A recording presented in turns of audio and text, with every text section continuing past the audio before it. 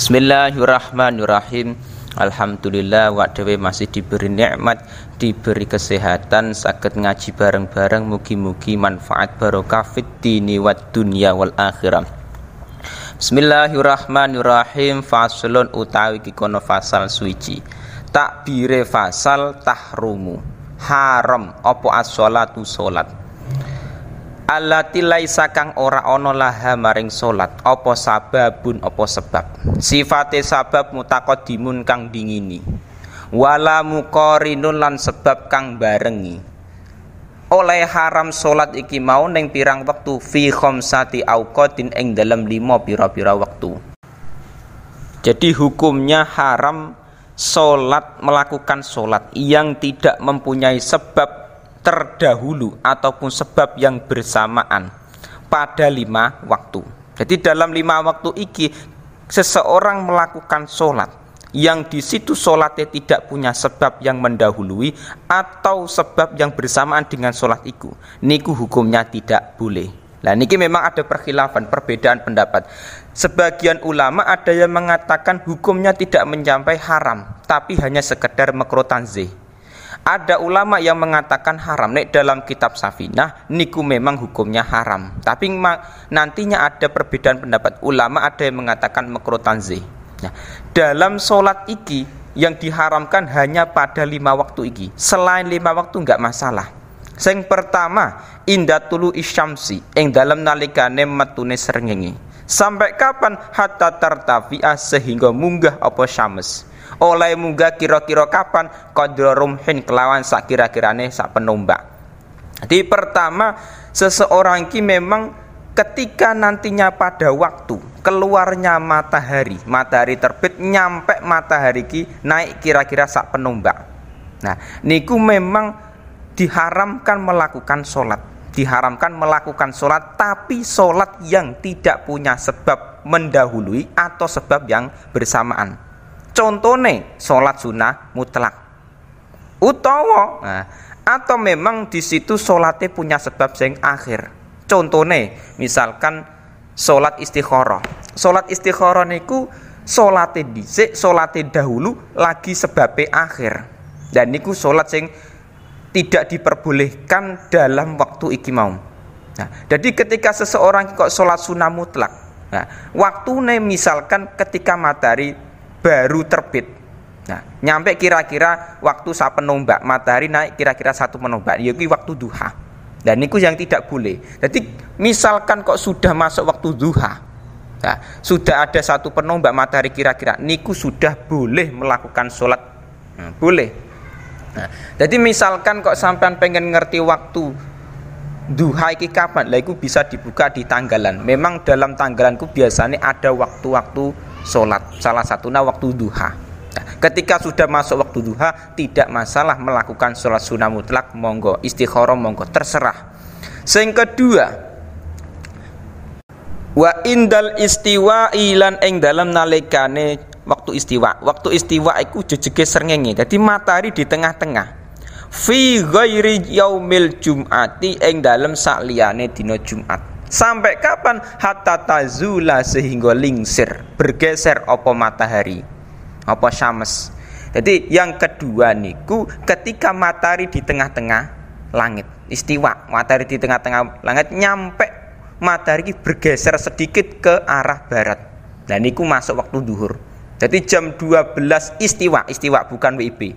Istiwa matahari di tengah-tengah, terus matahari bergeser sedikit ke barat. Niku sudah apa waktunya niku diharamkan melakukan sholat yang tidak punya sebab utawa sebabnya akhir. Contohnya sholat sunnah mutlak atau sholat sunnah istikharah niku memang nggak boleh pada waktu iki. Nah, tetapi iki hukum iki berlaku di selain hari Jumat. Jadi nek dina Jumat nggak masalah, hari Jumat nggak masalah. Misalkan matahari pas di tengah-tengah waktu istiwa, sholat sunnah mutlak nggak masalah, tidak masalah. Yang masalah itu di selain waktu Jumat, niku yang bermasalah. Nah, niki memang para ulama, para kiai-kiai itu memang waktunya sebentar. Niki hanya waktunya sebentar. Nah, yang ketiga wa indal isfirari lan ing dalem nalikane kekuning-kuningan. Sampai kapan? Hatta taghruba sehingga surup apa syams.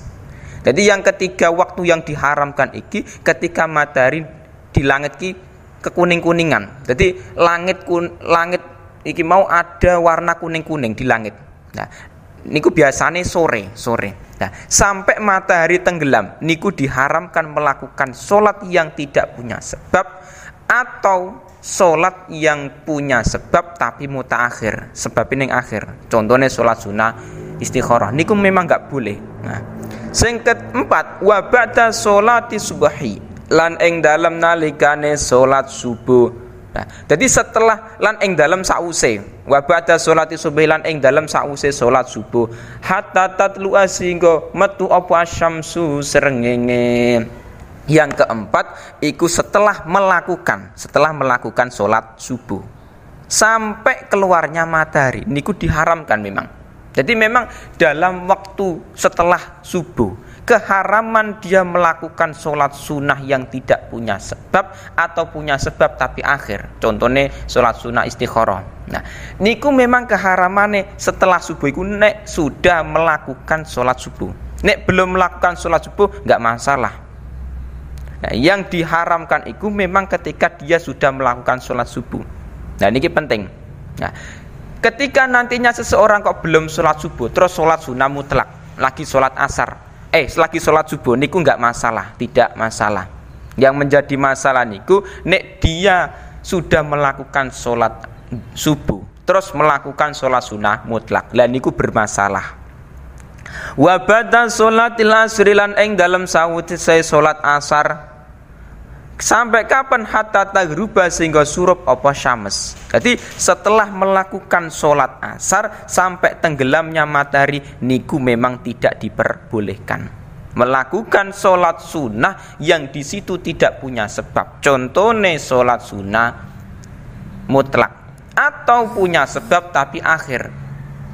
Nah, atau punya sebab tapi akhir. Contohnya sebab itu misalkan sholat sunnah istikharah niku memang tidak boleh dilakukan pada waktu setelah melakukan sholat asar.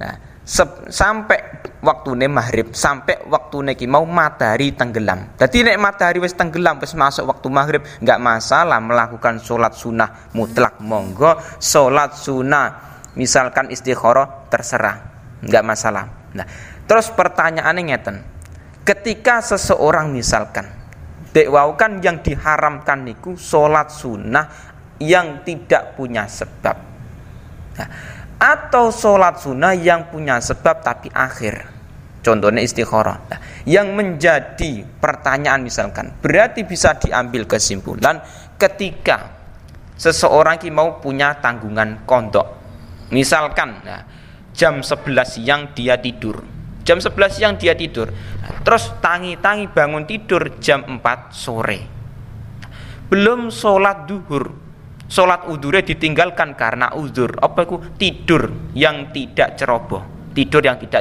soalnya tidurnya jam 11 belum masuk waktu duhur, lah bangun tidur jam 4 sore.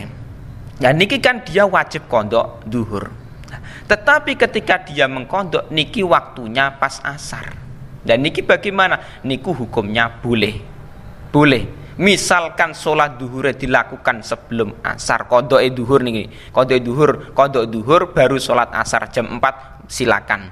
Atau misalkan sholat asar dulu, nah, terus melakukan kodok duhur, niki nggak masalah. Nah, nggak masalah. Soalnya apa? Sebabnya bukan mutaakhir, sebabnya bukan akhir. Nah, dan iku sholat sunnah sing memang iku sholat wajib yang di situ statusnya sebagai kondok niku nggak masalah, boleh. Nah, dalam kitab Kasyifatus Sajah niku salah satunya ada sholat yang di situ hukumnya makruh. Qauluhu wa tukrahu as-sholatu alaman ittasofa bi ahadi hadil umuri al-ishrina. Jadi memang sholat iki dimakruhkan. Nah, ketika nantinya pada salah satu perkara-perkara 10 iki, sifat-sifat 20 iki. Nah, ila angkol, nah, salah satunya watasya asyara.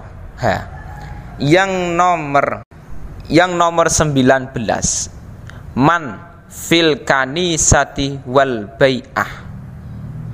Jadi di situ salah satu iki penting soalnya mungkin terjadi.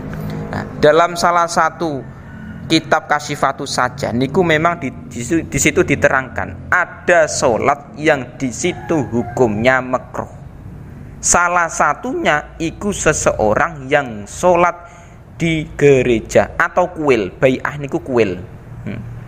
Wasairi ma'wasyayatin, dan tempat-tempatnya berkumpul setan niku memang tidak ya sah, cuman makruh ngoten, sah tapi makruh.